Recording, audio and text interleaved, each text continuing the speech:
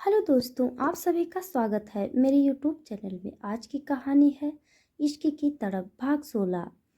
रॉम्बी उस बहरूपी एंटोनी को अपने महल में लेकर जाता है और उसे अच्छे से समझाता है कि अगली बार अगर तुमने ऐसी कोई हरकत करने की कोशिश की तो मैं तुझे छोड़ूंगा नहीं। बदले में वह लड़की भी उसे धमकी देती है कि तुम मेरा कुछ भी नहीं बिगाड़ सकते हो क्योंकि तुम्हारी मासी मेरे कब्जे में है। तभी रोम्बी को एक अजीब सी आवाज़ सुनाई देती है। रोम्बी पहचानने की कोशिश करता है कि यह आवाज़ किसकी है, क्योंकि उसे यह आवाज़ एंटोनी मौसी की लगती है।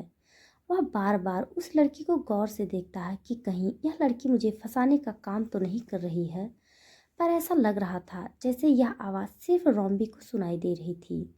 असल में एंटोनी वहाँ आईने के उस पार बैठ करके अपनी शक्तियों को एकत्रित करके एक संदेश रोम्बी के नाम पर भेज रही थी। वह रोम्बी से कांटेक्ट करने की कोशिश कर रही थी अपने अंतर्मन के आत्मा के द्वारा। एंटोनी के अंदर यह सारी शक्तियां मौजूद थी और उसे इतना ज़्यादा एस्ट्रोलॉजी का ज्ञान था कि वह यह सब करने में माहिर थी। वह कहीं पर भी दूर बैठे हुए इंसान के साथ में बातचीत कर सकती थी, पर रोम्बी के लिए ये अजीब था। रोम्बी को समझ में नहीं आ रहा था यह क्या हो रहा है। एंटोनी बार बार कह रही थी कि रोम्बी मुझे सुनने की कोशिश करो, इधर उधर मत देखो, उस लड़की से थोड़ा सा दूर जाओ और मुझे सुनने की कोशिश करो। रोम्बी यह आवाज़ पहचान लेता है और थोड़ा दूर चला जाता है। उसके बाद में एंटोनी रोम्बी से कांटेक्ट करने की कोशिश करती है और कहती है कि जल्दी से जल्दी उस बहरूपिये से बात करने की कोशिश करो, क्योंकि यहाँ पर तुम्हारे लिए बहुत ही बड़ा जाल बिछाया गया है।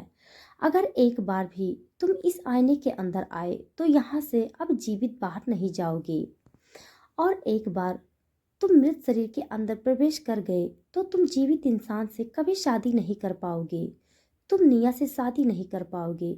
तुम्हारा प्यार यहीं खत्म हो जाएगा। तुम्हें कैसे भी करके उस बहरूपी से बात करके इस समस्या का समाधान निकालना होगा, क्योंकि जिस इंसान ने मुझे फंसा रखा है वह बहुत ही भयानक है और उसने एक बहुत भयानक जाल बिछा रखा है, और निया को खत्म करने के लिए ही उस मकसद से अपनी बेटी को वहां पर भेजा है, ताकि निया को खत्म करके वह तुम्हें यहाँ वापस ला सके। वह ऐसी ऐसी तरकीब करेगी जिसकी वजह से निया को बचाना मुश्किल हो जाएगा। अब निया की जिम्मेदारी तुम्हारे ऊपर है। रोम्बे यह सुनते ही घबरा जाता है। उसे यकीन नहीं हो रहा होता है कि वह एक बहुत बड़ी मुसीबत में फंस चुका है, और उसने एंटोनी को भी एक बहुत बड़ी मुसीबत में फंसा दिया था। एंटोनी को वहां पर कुछ भी हो सकता था, क्योंकि वह बहरूपिया सरदार किसी को भी छोड़ने वाला नहीं था, और यहाँ रह करके वह दो दो ऐसे लोगों का ध्यान नहीं रख सकता था जो कि अदृश्य होने में माहिर होते हैं। उसे जल्दी से जल्दी उस बहरूपिये के पास पहुंच करके अपनी समस्या का समाधान निकालना था, क्योंकि निया की सुरक्षा अब उसके हाथ में थी। इस लड़की पर बिल्कुल भरोसा नहीं किया जा सकता, क्योंकि यह लड़की कभी भी निया को नुकसान पहुंचा सकती है। अगर बिना कहे वह यहाँ से अदृश्य होकर निया के घर पहुंच जाती है तो कभी भी वह उसे दबोच सकती है। मुझे इसे बहुत ही अच्छी तरीके से प्यार से अपने जाल में फंसाए हुए रखना होगा, क्योंकि अगर मैंने इसके साथ में शक्ति दिखाने की कोशिश की तो यह बदले में निया को नुकसान पहुंचाने की कोशिश करेगी, और उधर वह बहरूपिया भी निया को ही परेशान करना चाहता है। वह मुझसे मेरा प्यार छीनना चाहता है।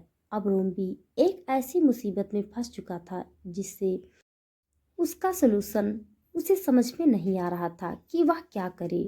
रोम्बे बड़े प्यार से उस बहरूपिया को समझाता है और कहता है कि देखो, मैं तुमसे वादा करता हूँ, मैं तुम्हारे साथ में जरूर चलूंगा और मैं तुमसे ही शादी करूंगा। देखो, मेरा यहाँ पर कुछ काम अधूरे रह गए हैं, मैं उन्हें बस पूरा करने आया हूँ। जैसे तुम्हारे माता पिता हैं वहाँ पर, वैसे ही मेरी भी माता पिता हैं, मेरी भी बहन है, और मेरी बहन को किसी बहरूपिये ने पकड़ रखा है। क्या मेरी जिम्मेदारी नहीं बनती है कि मैं उस बहरूपिया से मेरी बहन की रक्षा करूं?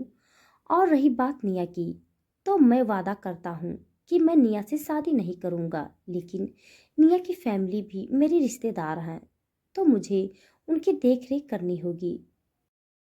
बेहतर है कि तुम उन सब से दूर रहो। अगर तुम मेरी बात मानोगी, तो मैं जल्दी से जल्दी तुम्हारे साथ वहाँ चलने की कोशिश करूँगा। लेकिन अगर तुमने मेरी बात नहीं मानी, तो मैं तुमसे गुस्सा हो जाऊँगा। क्या तुम अपने प्यार के लिए इतना भी नहीं कर सकती?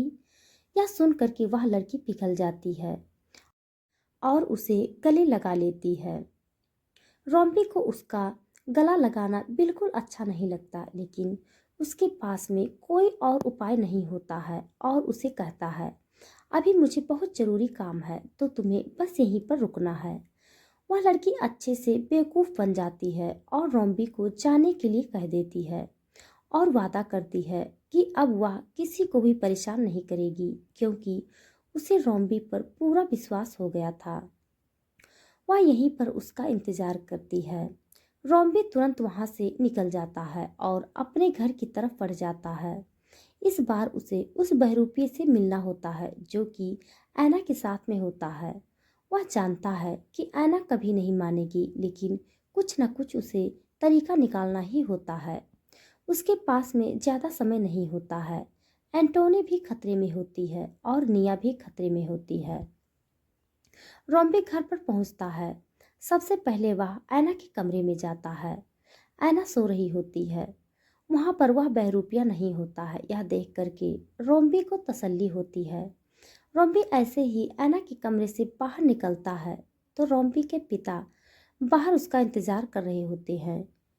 इस वक्त वह अपने पिता से बात नहीं करना चाहता था, क्योंकि इस वक्त कुछ और करना ज़्यादा ज़रूरी था।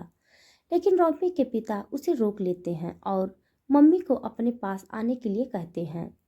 रॉम्बी अपने पिता से कहता है कि पापा, इस वक्त मैं आपसे बात नहीं कर सकता, मैं बहुत जल्दी में हूँ। आप जो कहेंगे वह मैं करूँगा, लेकिन प्लीज़ थोड़ा सा इंतज़ार कर लीजिए।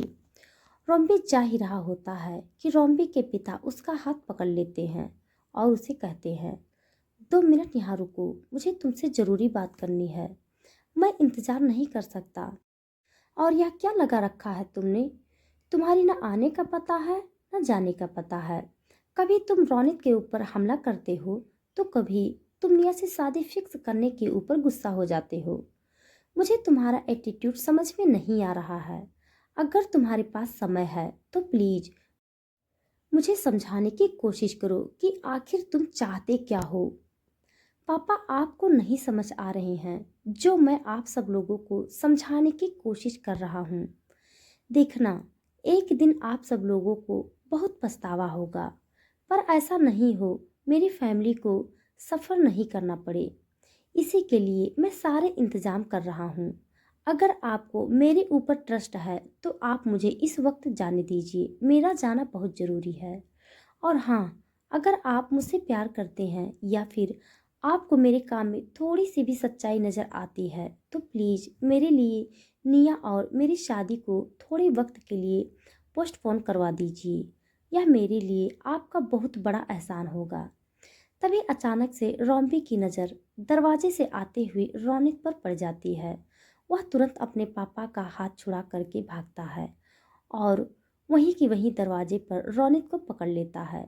जैसे ही रौनिक चिल्लाने की कोशिश करता है, वैसे ही रोम्बी उसका मुंह बंद कर लेता है और उसे अपने साथ ले जाता है। ऐना को यह पता नहीं चले कि उसने उस बहरूपे को पकड़ लिया है, इसीलिए रोम्बी के पिता चुपचाप रोम्बी के पीछे भागते हैं और उसे रोकने की कोशिश करते हैं, लेकिन वह उसे रोक नहीं पाते।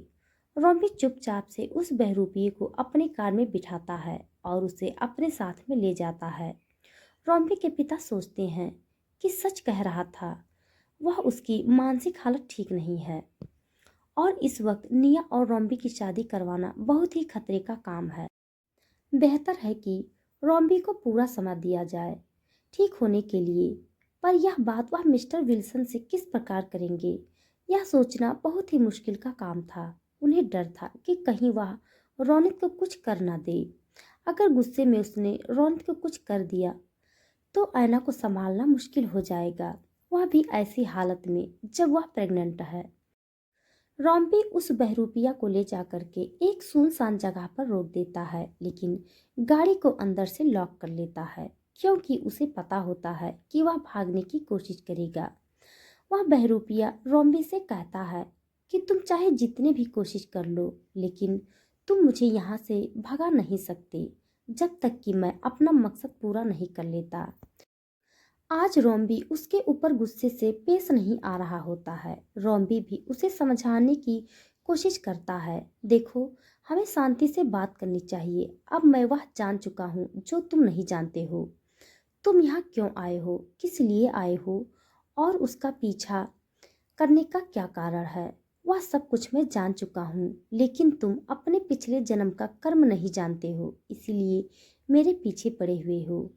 तो वह बहरूपिया कहता है कि कौन सा पिछला कर्म, पिछला जन्म, मुझे किसी चीज के बारे में कुछ बात नहीं करनी है। मैं जानता हूँ तुम मुझे फंसाने के लिए आए हो। तुम चाहते हो कि अपने निया को तुम मुझसे चुरा लो, लेकिन मैं तुम्हें पहले भी बोल चुका हूँ कि मैं उस लड़की को अपने साथ में लेकर जाऊंगा।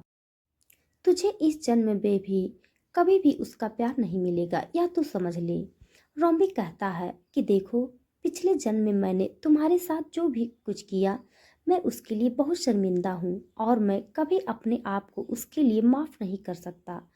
लेकिन तुम उसके लिए यह जन्म खराब मत करो।